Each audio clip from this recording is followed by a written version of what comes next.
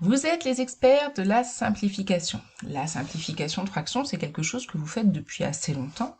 Donc, par exemple, vous savez que 18e, c'est pareil que 5 quarts, puisqu'on a le droit de diviser par 2 en haut, de diviser par 2 en bas, ça reste la même fraction. Donc la propriété fondamentale sur les fractions, c'est qu'une fraction, elle reste égale si on multiplie ou si l'on divise son numérateur et son dénominateur par un même nombre. On va aller l'écrire dans le cours. Nous sommes à la page 6 de Nombres et calculs. Propriété fondamentale, le quotient de deux nombres relatifs ne change pas si l'on multiplie ou si l'on divise ces deux nombres par un même nombre relatif non nul. On va écrire ça sous la forme mathématique. A sur B, c'est égal à A fois C sur B fois C. De la même façon, A sur B est égal à A divisé par C sur B divisé par C. On met un petit peu de couleur pour que ça ressorte. Et la nouveauté en classe de 4e, c'est qu'on a les nombres relatifs. Donc on va mettre des moins dans tout ça. On sait que si je fais un moins divisé par un plus, le résultat sera négatif. Donc ici, si j'ai un moins en haut, ça revient au même que de le mettre devant la fraction.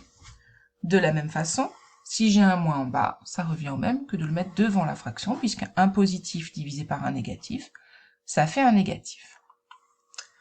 On va faire deux exemples pour voir comment cela se comporte. Donc, par exemple, on veut simplifier 12 sur moins 15. On va d'abord régler le signe. On a un seul moins qui est en bas, ça revient au même que de le mettre devant la fraction. Ensuite, pour simplifier, le plus simple va être de décomposer les nombres en produits de facteurs premiers comme on a appris récemment. Par exemple ici, le 12 ça donne 2 fois 2 fois 3. Le 15 ça donne 3 fois 5.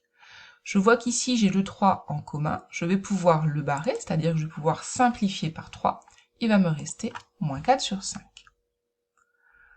De la même façon, ici avec le deuxième exemple, moins 28 sur moins 20.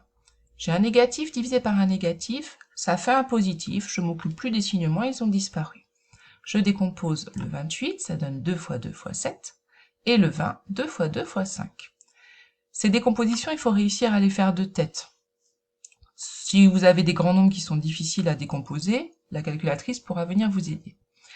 On voit qu'ici, il y a 2 en haut et en bas, donc on va pouvoir les barrer. On va simplifier finalement par 4. Il nous reste 7 sur 5. Pour la prochaine fois, vous allez vous entraîner avec un tout petit exercice, une seule simplification. Je vous demande de simplifier moins 24 sur moins 36, de la même façon que je viens de vous expliquer.